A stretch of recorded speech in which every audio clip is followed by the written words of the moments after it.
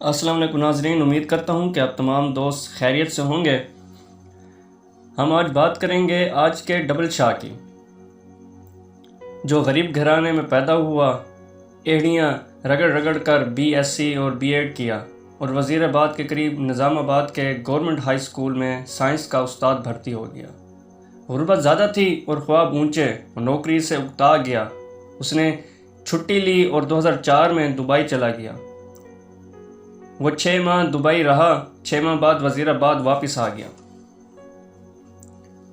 وزیر آباد میں اس نے ایک عجیب کام شروع کیا۔ اس نے ہمسایوں سے رقم مانگی اور یہ رقم 15 دن میں دگنی کر کے واپس کر دی۔ ایک ہمسایہ اس کا پہلا گاہک بنا۔ یہ ہمسایہ جاوید ماربل کے نام سے ماربل کا کاروبار کرتا تھا۔ ہمسایہ نے رقم دی اور ٹھیک 15 دن بعد دگنی رقم واپس لے لی۔ محلے کے 2 لوگ اگلے گاہک بنے۔ یہ بھی 15 دنوں میں دگنی رقم کے مالک ہو گئے۔ یہ 2 گاہک اس کے پاس 15 گاہک لے آئے اور پھر یہ 15 گاہک مہینے میں 150 گاہک ہو گئے۔ یوں دیکھتے ہی دیکھتے لوگوں کی لائن لگ گئی۔ لوگ زیورات بیچتے، گاڑی، دکان، مکان اور زمین فروخت کرتے اور رقم اس کے حوالے کر دیتے۔ وہ یہ رقم دگنی کر کے واپس کر دیتا۔ یہ کاروبار شروع میں صرف نظام آباد تک محدود تھا، لیکن پھر یہ وزیر آباد، سیالکوٹ اور گوجرانوالہ تک پھیل گیا اور دیکھتے ہی دیکھتے وہ معمولی سکول ماسٹر ارب پتی ہو گیا۔ یہ کاروبار 18 ماہ جاری رہا۔ اس شخص نے ان 18 مہینوں میں 43,000 لوگوں سے 7 ارب روپے جمع کر لیے۔ جب کاروبار پھیل گیا تو اس نے اپنے رشتہ داروں کو بھی شامل کر لیا۔ یہ رشتہ دار سمبڑیال، سیالکوٹ، گجرات اور گوجرانوالہ سے رقم جمع کرتے تھے۔ 5% اپنے پاس رکھتے تھے اور باقی رقم اسے دے دیتے۔ وہ شروع میں 15 دنوں میں رقم ڈبل کر دیتا۔ یہ مدت بعد ازاں 1 مہینہ ہوئی، پھر 2 مہینے اور آخر میں 70 دن ہو گئے۔ یہ سلسلہ چلتا رہا، لیکن پھر اس کے برے دن شروع ہو گئے۔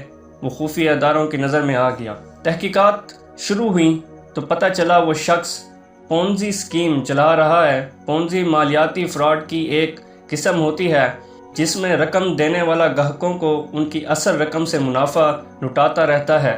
شروع کے گاہکوں کو دگنی رقم مل جاتی ہے، لیکن آخری گاہک سارے سرمایے سے محروم ہو جاتے ہیں۔ مجھے چند برس قبل امریکہ کے موجودہ صدر ڈونلڈ ٹرمپ کا ایک انٹرویو دیکھنے کا اتفاق ہوا۔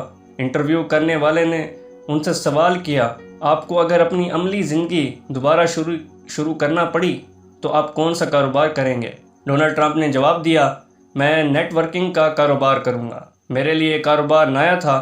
میں نے تحقیق کی، پتہ چلا نیٹ ورکنگ بھی پونزی اسکیم جیسا کاروبار ہے۔ اس کاروبار میں بھی گاہک کو رقم دگنی کرنے کا لالچ دے کر سرمایہ اکٹھا کیا جاتا ہے۔ یہ سرمایہ بعد ازاں میگا پروجیکٹس میں لگا دیا جاتا ہے اور ان میگا پروجیکٹ کا منافع گاہکوں میں تقسیم کر دیا جاتا ہے۔ نیٹ ورکنگ نسبتاً اچھی پونزی ہوتی ہے، لیکن دونوں میں شروع کے گاہک فائدے اور آخری نقصان میں رہتے ہیں۔ یہ وزیر آبادی شخص بھی اپنے گاہکوں کے ساتھ کچھ یوں ہی کر رہا تھا۔ یہ لوگوں کو لالچ دے کر لوٹ رہا تھا۔ خفیہ اداروں نے اس کے گرد گھیرا تنگ کر دیا۔ اس دوران ڈیلی نیشن میں اس کے خلاف خبر شائع ہوئی۔ گوجرانوالہ ڈویژن میں کہرام برپا ہوا اور یہ شخص اپریل 2007 میں گرفتار ہو گیا۔ جی ہاں، آپ کا اندازہ درست ہے، یہ شخص تھا سید ثبت الحسن عرف ڈبل شاہ۔ وہ ڈبل شاہ جس کا شمار پاکستانی تاریخ کے سب سے بڑے فراڈیوں میں ہوتا ہے۔ اس نے صرف 1.5 سال میں 3 اضلاع سے 7 ارب روپے جمع کر کے دنیا کو حیران کر دیا۔ آپ اب اس شخص کی چالاکی ملاحظہ کیجئے۔ یہ 2007 میں نیب کے شکنجے میں آ گیا۔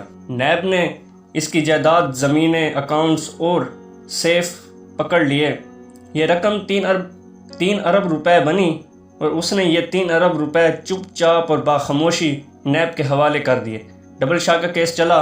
اسے 1 جولائی 2012 کو 14 سال قید کی سزا سنائی گئی۔ عدالتیں، پولیس، حوالات اور مقدمے کے دوران گرفتاری کو بھی سزا سمجھتی ہیں۔ ڈبل شاہ 13 اپریل 2007 کو گرفتار ہوا تھا۔ وہ عدالت کے فیصلے تک 5 سال قید کاٹ چکا تھا۔ یہ 5 سال بھی اس کی مجموعی سزا سے نفی ہو گئے، پیچھے رہ گئے 2 سال۔ ڈبل شاہ نے محسوس کیا 4 ارب روپے کے عوض 2 سال قید مہنگا سودا نہیں، چنانچہ اس نے پلی بارگین کی بجائے سزا قبول کر لی۔ جیل میں اچھے چال چلن، عید، شب برات اور خون دینے کی وجہ سے بھی قیدیوں کو سزا میں چھوٹ مل جاتی ہے۔ ڈبل شاہ کو یہ چھوٹ بھی مل گئی، چنانچہ وہ عدالتی فیصلے کے 23 ماہ بعد جیل سے رہا ہو گیا۔ ڈبل شاہ 15 مئی 2014 کو کوٹ لکھپت جیل سے رہا ہوا تو ساتھیوں نے گیٹ پر اس کا استقبال کیا۔ یہ لوگ اسے جلوس کی شکل میں وزیر آباد لے آئے۔ وزیر آباد میں ڈبل شاہ کی آمد پر آتش بازی کا مظاہرہ ہوا۔ پاکستانی تاریخ کے سب سے بڑے فراڈیے کو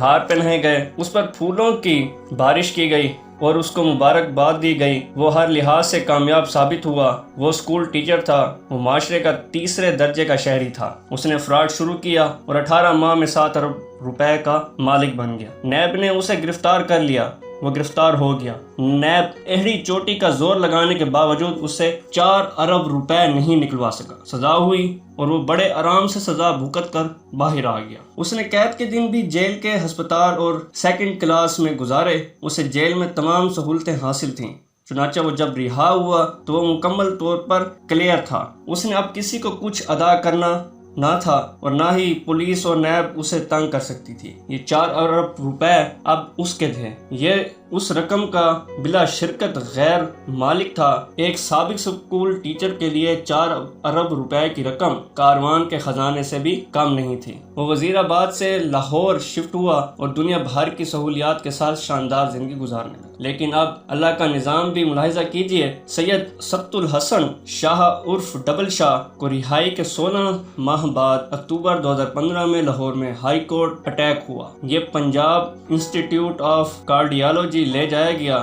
اس کی طبیعت تھوڑی سی بحال ہوئی، یہ گھر آیا، لیکن پھر یہ شخص 30 اکتوبر 2015 کو انتقال کر گیا۔ یہ شخص 4 ارب روپے کا مالک ہونے کے باوجود دنیا سے چپ چاپ رخصت ہو گیا۔ ڈبل شاہ کی ساری بے نامی جائیداد، خفیہ اکاؤنٹس، کیش رقم، فیکٹریاں اور پلازے دنیا میں رہ گئے اور وہ خالی ہاتھ اگلے جہاں چلا گیا۔ وہ جائیداد، وہ رقم، وہ پلازے اور خفیہ اکاؤنٹس آج کہاں ہیں؟ دنیا کا مال دنیا کے کتے چاٹ گئے ہیں۔ یہ کیا ہے؟ یہ ہماری زندگی، ہمارے نہ ختم ہونے والے لالچ اور ہماری لامتناہی حرص کی اصل حقیقت ہے۔ ہم انسان اپنے گرد لالچ کی وسیع دیوار بناتے ہیں۔ ہم مال جمع کرتے ہیں، ہم دوسروں کی عمر بھر کی کمائی لوٹتے ہیں اور قارون کی طرح خزانے بناتے ہیں، لیکن آخر میں ہم چپ چاپ دنیا سے رخصت ہو جاتے ہیں اور یہ مال دوسروں کے کام آ جاتا ہے۔ نور جہاں کا مقبرہ نشیوں کی پناہ گاہ بن جاتا ہے اور شاہ جہاں کے تاج محل میں انگریزوں کے گھوڑے باندھے جاتے ہیں۔ ہم انسان ان چونٹیوں سے بھی بدتر ہیں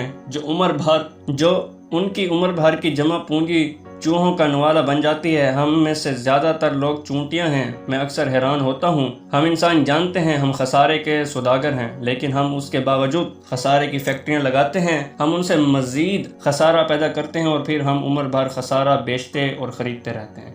کیوں؟ آخر کیوں؟ ہم انسان آخر ڈبل شاہ کی موت کیوں پسند کرتے ہیں؟ ہم لوگ دولت کے انبار میں کیوں دفن ہو جانا چاہتے ہیں؟